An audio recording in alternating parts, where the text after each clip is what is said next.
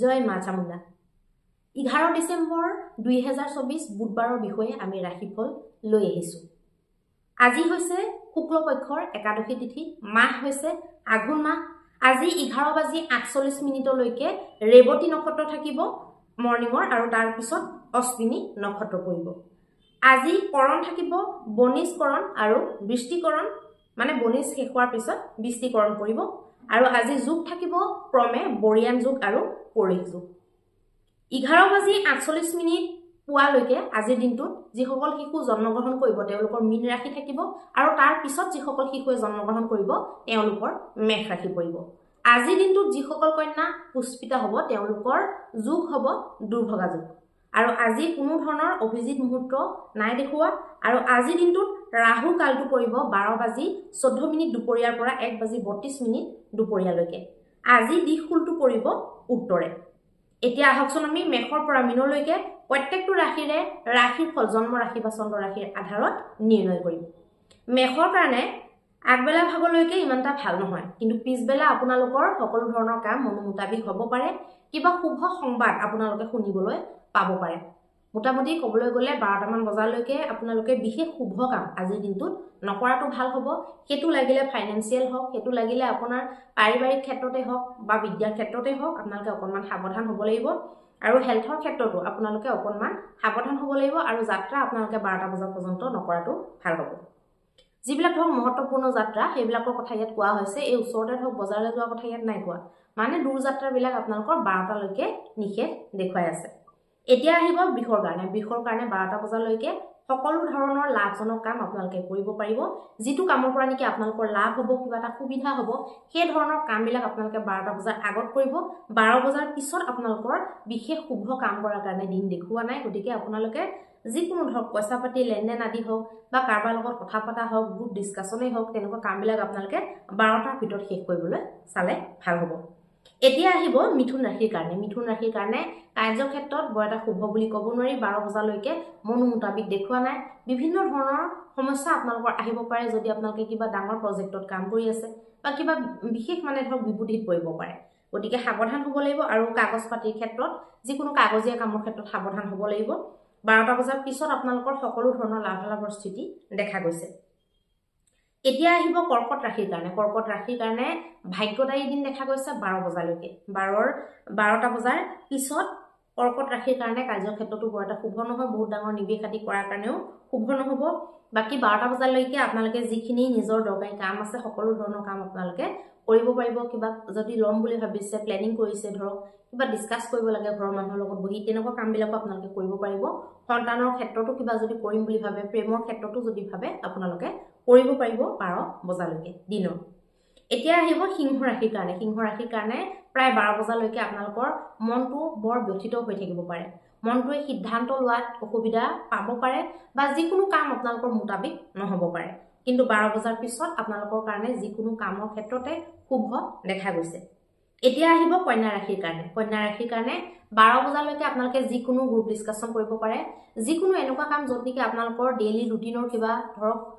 কথা সোমাই আছে ডেইলি ৰুটিনখন ইমপ্ৰুভ কৰাৰ লগত জড়িত হওক বা আপোনালোকে পইচা পাতি কিবা এটা নিবেশ কৰিম বুলি ভাবিছে বা কাৰোবাৰ লগত আপুনি কিবা এটা বিশেষ মহত্বপূৰ্ণ কথা আপোনালোকে আলোচনা কৰিম বুলি ভাবিছে তেনেকুৱা ধৰণৰ কামৰ কাৰণে বা বৈবাহিক মীমাংসাৰ কাৰণেও শুভ দেখা গৈছে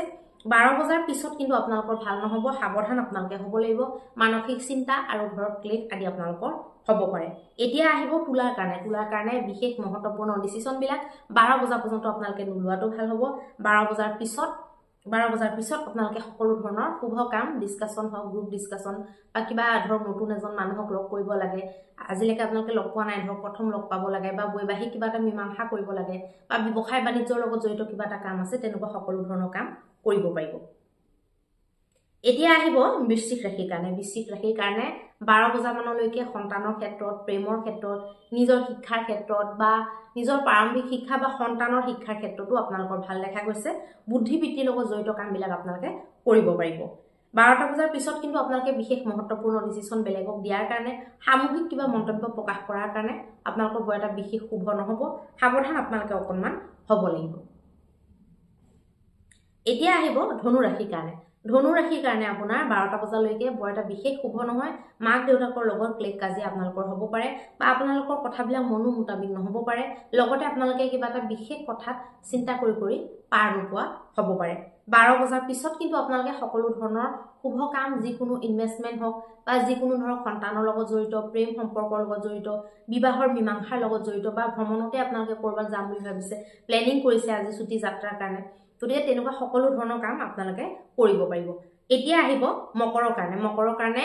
12টামান বজালৈকে পৰাক্ৰমশালী দিন দেখা গৈছে যিকোনো পৰাক্ৰম আপোনালোকে যদি কৰে তেতিয়াহলে তাৰ যেটো ফলটো ভালকে আপোনালোকে দেখিবলৈ পাব পাৰে বিদ্যাৰ্থী খেলুৱৈ তেনেকুৱা লোকসকলৰ কাৰণেও ভাল দেখা গৈছে বাকি এলেহুৱা যিসকল হ'ব তেওঁলোকৰ কিন্তু কাম নবনিব যিসকলে সকলো ধৰণৰ এলাহ ত্যাগ কৰি পেলাই নিজৰ কামত পুৰা উঠি পৰি লাগি গৈছে তেওঁলোকৰহে সফলতা দেখা গৈছে 12 বজাৰ পিছত কিন্তু আপোনালোকৰ দিনটো মনোমুতাবিক নহ'ব পাৰে বহুত শুভ নহ'ব পাৰে সাৱধান আপোনালোকে হ'ব বহুত দূৰ যাত্ৰাত নোযোৱাটো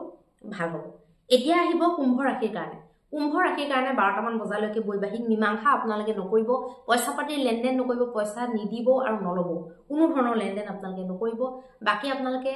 আগতে থকা যদি পাবলগীয়া ধন আছে সেইবিলাকৰ কাৰণে যদি ট্ৰাই কৰিম বুলি ভাবিছে ফোন কৰিম বা যোগাযোগ কৰিম বুলি ভাবিছে আপোনালোকে কৰি থাকিব পাৰে তাত একো অসুবিধা নাই লগতে আপোনালোকে সৰু সুৰা একদম যিবিলাক মানে বহুত সৰু এমাউন্টৰ ধৰক নিবেশ আপোনালোকে কৈছে এই নিবেশবিলাক অকনমান চাব পাৰে এনে এনালাইসিস কৰি চাব পাৰে নিবেশ নকৰিলো তেনেকুৱা ধৰণৰ কাম কৰিব পাৰে আৰু 12 বজাৰ পিছত আপোনালোকে নিজৰ পৰাক্ৰম ফটোৱাই পেলাই যিকোনো কামত সিদ্ধি লাভ কৰিবলৈ সক্ষম হ'ব কিবা এটা কাম যদি আপোনালোকে বহুত লাগি আছিল বস্তুটোৰ মানে ৰিজাল্টটো ওলোৱা নাছিলে হয়তো সেইটো ৰিজাল্টটো আপোনালোকে আজি দিনটো দেখা পাব পাৰে বা উমান পাব পাৰে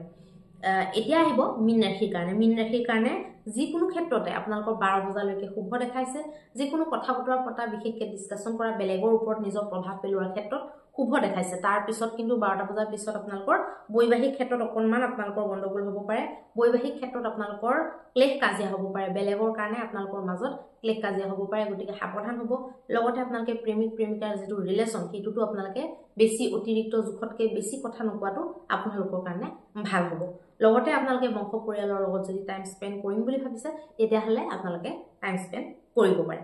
এতিয়া আহিব মহা উপায়টোৰ বিষয়ে মহা উপায়ত এনেকুৱা কি কৰিব যিটো নেকি আপোনালোকৰ গোটেই দিনটোৰ বাধাসমূহ নাশ কৰি পেলাব আপোনালোকে ৰাতিপুৱা আগবেলাৰ ভিতৰত আগবেলা 12টাৰ ভিতৰত 16খন পানৰ এডাল আপোনালোকে মালা বনাব 16খন পান আপোনালোকে বগা সূতা বা ৰঙা সূতাত বেছি ভাল হ'ব ৰঙা সূতাত আপোনালোকে মালা বনালে সেই পানখিনি আপোনালোকে